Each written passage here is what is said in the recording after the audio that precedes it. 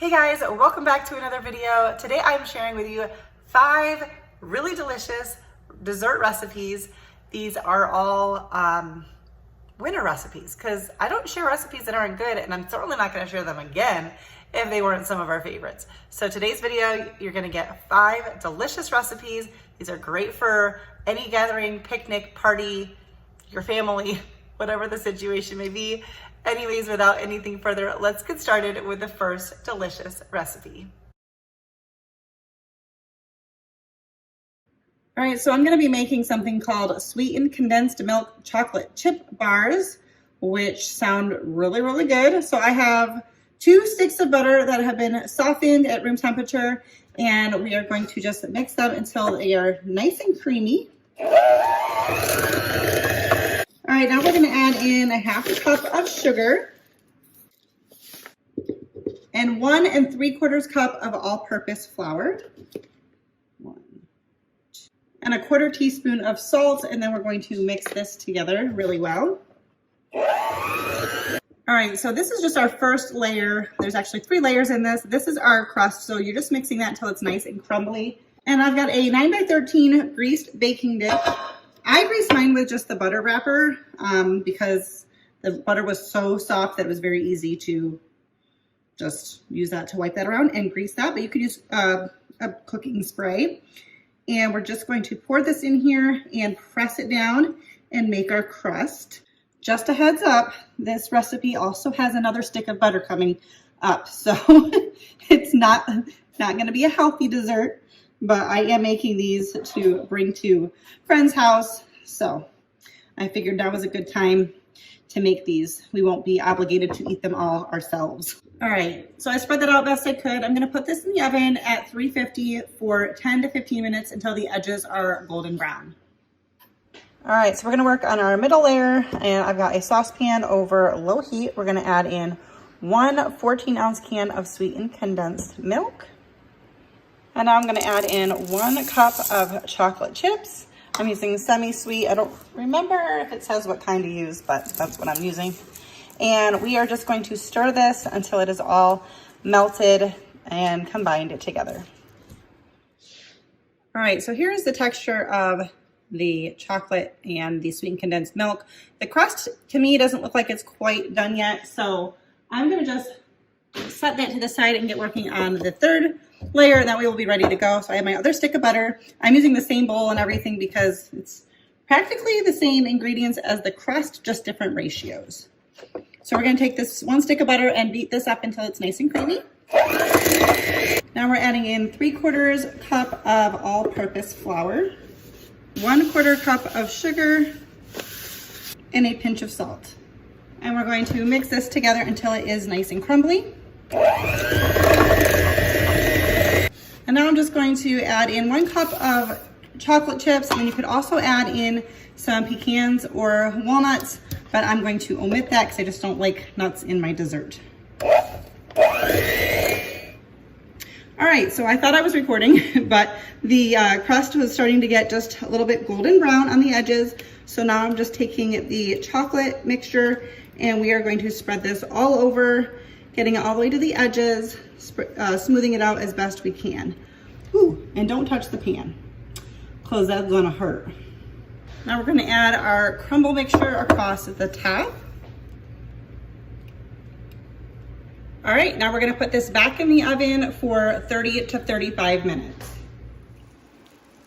All right, so I had mine in for about 35 minutes. I wanted just the little tops to be a little bit of golden brown. I think I just said 35 minutes. I had it in for 33 minutes.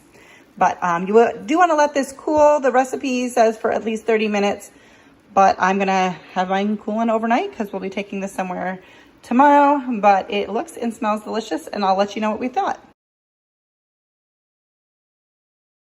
Now we're gonna be making something called Brookies. It's a combination of brownies and cookies. So I am starting out here with a 1.5 stick or 3/4 cup of butter that has been melted. Now we're gonna add in 1.5 cups of granulated sugar, 2 teaspoons of vanilla extract, and 3 eggs, and we're just going to mix that until it is well combined. This isn't exactly what I would call one of my healthiest recipes. If you're interested in some healthier desserts, I do have some on my channel, so you can go ahead and search for those. Look under my recipes playlist. And if you're interested in more of those, let me know. We do like to do some healthier things, but you know, it's all in balance. So sometimes I just go for it. I don't think I mentioned that we're making the brownie layer first. I kind of want to sift my dry ingredients, even though the recipe does not say that you need to do that. Let's see if I can do that without making a mess. We need 1 cup of flour, and I need to get my other bag of flour out. All right, so I made a little bit of a mess. I am gonna sift what I can here. You don't have to do that. I don't know. I like to sift my dry ingredients to make sure there's no clumps. So we have 1 cup of all-purpose flour. We're gonna do a 1/2 teaspoon of salt and 1/2 teaspoon of baking powder. I will sift the cocoa powder if I can do that without making a mess. It probably would be easier for me to do that in like a separate bowl, but that's all right. We want 2/3 cup of unsweetened cocoa powder. All right, now we are going to mix this together, and it does say that you should be doing this by hand, which I am anyway. But this is the first layer, which is the brownie layer. I'm just gonna mix that till that is fully combined and all of the ingredients are incorporated. All right, so now we've got our brownie batter. We're gonna set this aside and do the cookie batter really quick. All right, so we also need 1.5 cups, or not a cup and a half, a stick and a half or 3/4 cup of butter for the cookie layer. We want this softened though, and not melted, and it's not been out that long. So I'm going to put it in the microwave on a low temp and not for too long to soften it. Try not to melt it. All right, so now I have our butter softened. I think it did pretty good. It's not really super melted. And we are going to add into that 1/2 cup of granulated sugar, as well as 1/2 cup of brown sugar and 1 teaspoon of vanilla. Then it says to mix this with a hand mixer. I'm going to, although I would assume if you don't have a hand mixer or a stand mixer, it probably doesn't matter, but we're gonna mix this together. All right, now we're gonna add in 1 egg and mix that together. Now apparently we're supposed to move to hand mixing. I'm not really sure why. I'm just following the recipe, so I'm gonna get what I can off the beaters into the bowl. All right, so by hand we want 1/2 teaspoon of salt, 1/2 teaspoon of baking powder, and a cup, what does it say, 1 1/4 cups of all-purpose flour. All right, we're gonna fold in 2 cups of chocolate chips. All right, that's more or less that whole thing. That's a lot of chocolate chips. I mean, I'm not complaining, but it looks a little excessive. I got my 9x13 baking dish. I'm just gonna spray it with some cooking spray. I like to use coconut oil spray for my baking, but it does not matter. We're going to spread our brownie batter out evenly across the bottom.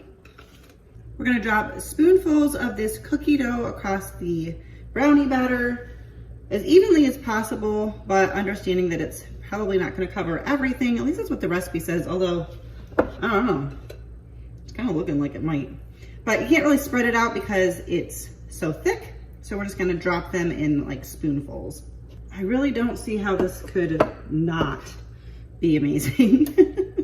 All right, we're gonna bake this in the oven at 350 for 25 to 28 minutes until a toothpick inserted in the middle comes out clean and the cookie dough is slightly golden brown on top. I ended up baking it a little bit longer than the recipe said because it just wasn't done in the center. I normally don't do that with baked goods. Usually I will even do them a little bit underdone.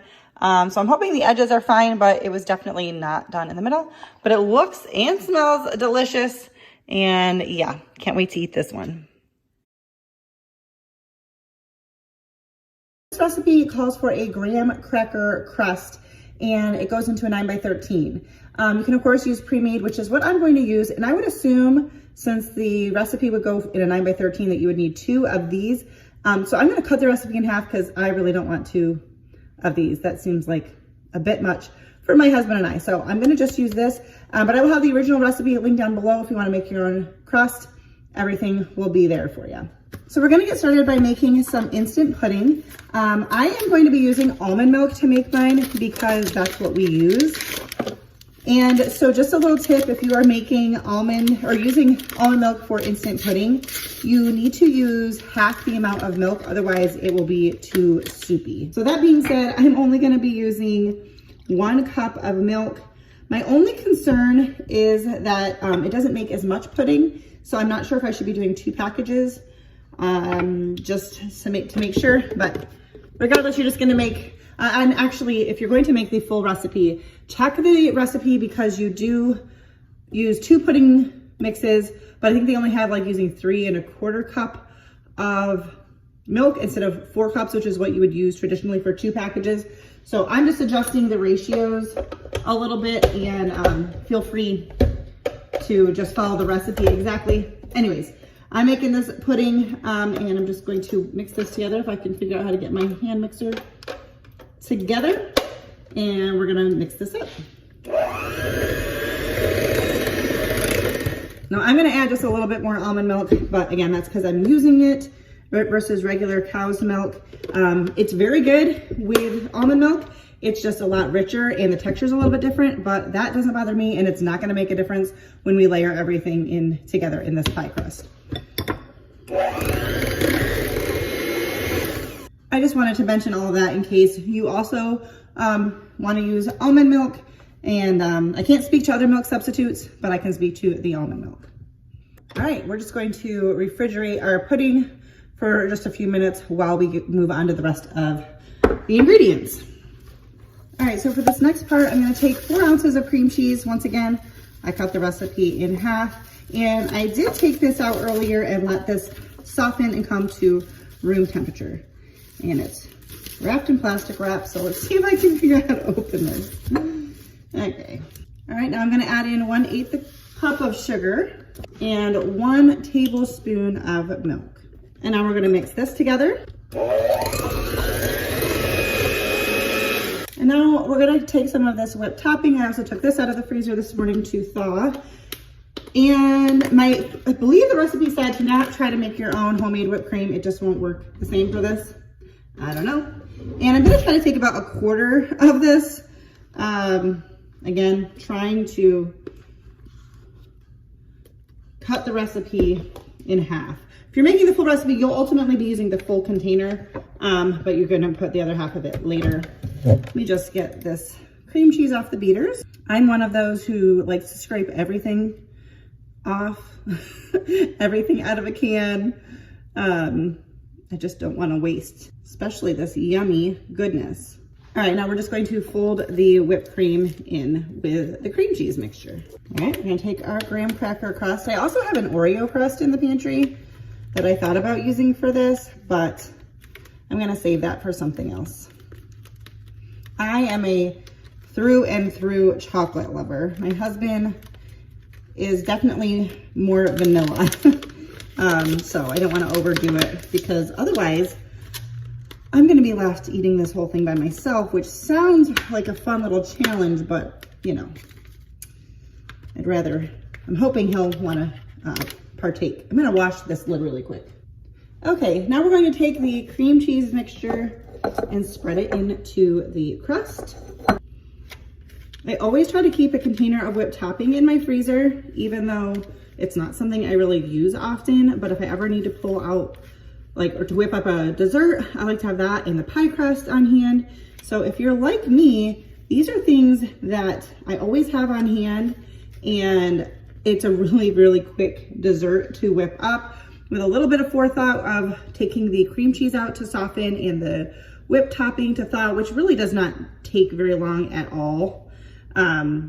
And then it takes about 2 hours to chill in the fridge, but very easy to make fairly last minute. And I love recipes like that because you just never know when you're gonna have an occasion where you need a dessert last minute. All right, now we're going to spoon our pudding mixture on top. I think this is going to be plenty of pudding here. I don't think I told you guys what this recipe was called. I think it's called Striped Delight. but I will, like I said, have the, it's probably a blog post or something, someone's website where I found this from. So I will have that linked for you down below. And it did say, according to like the full the instructions, that you may have a little pudding extra that, you know, you don't want to overfill it and you can just eat that, which is probably what I'm going to do here. I think we're going to have a little bit more than what I want to cram into here. And even if you wanted to make the crust like from scratch, I think it's just butter, graham crackers, and sugar. So that's a lot of common stuff to have on hand. I actually have all that stuff on hand, but I've had these crusts in my pantry for a while and, you know, don't want them to go to waste. All right, so from the recipe suggests to, if you're not eating it right away, to hold off on the rest of the whipped topping. So we'll put this on top later. Right now, I'm going to, where'd I put the lid? Here it is. I'm going to take the lid and we're gonna just close this up and put this in the refrigerator, and you wanna chill it for at least 2 hours. And then we will do the final topping bit here. All right, it has been a little bit, now it's been a couple hours. We're gonna take our lid off and add on some more whipped topping. Like I said, if you're doing the full one, you'd use half in the mixture and half on top. So I'm just gonna put a thin layer. I'm just using the back of my spoon to just make little peaks, just to make it pretty. You don't have to do that. You could also add some crushed up graham crackers on top, that would be pretty. But I'm just going to add some mini chocolate chips. I think the recipe suggested like shaving some chocolate or something, but I'm just gonna put a few mini chips. And there you have it.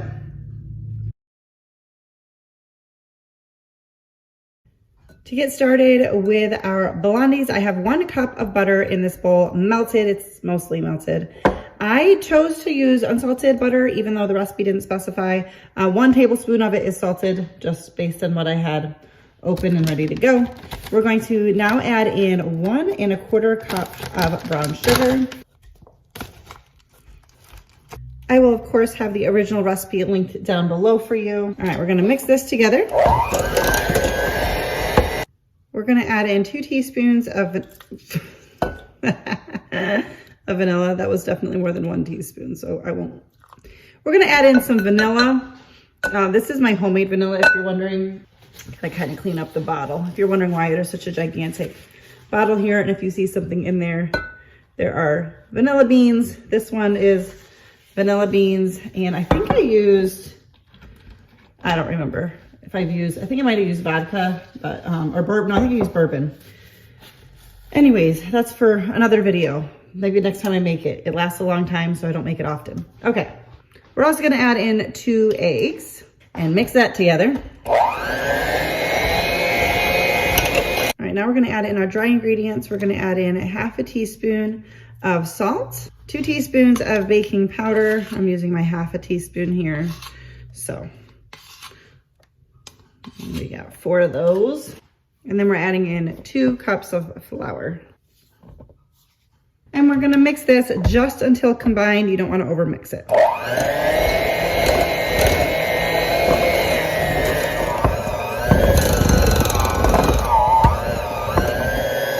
Now we're gonna mix in our add-ins. I'm just gonna do some semi-sweet chocolate chips. It says to do about 1 cup of them, but if you're new here, we don't measure chocolate chips. Chocolate chips and cheese, they're kind of things that you just really should just go with what you feel. Add a little bit more because I feel like it. Just gonna fold these in, not wanting to really continue mixing it. That can apparently affect the, I don't know, the softness, the something.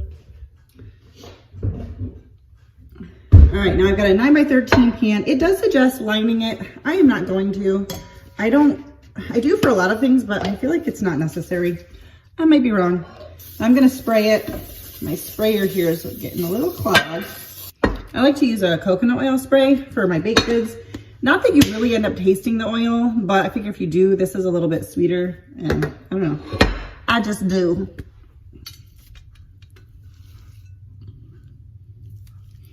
gonna spread this out. To be perfectly honest, I don't know. Let's talk about this.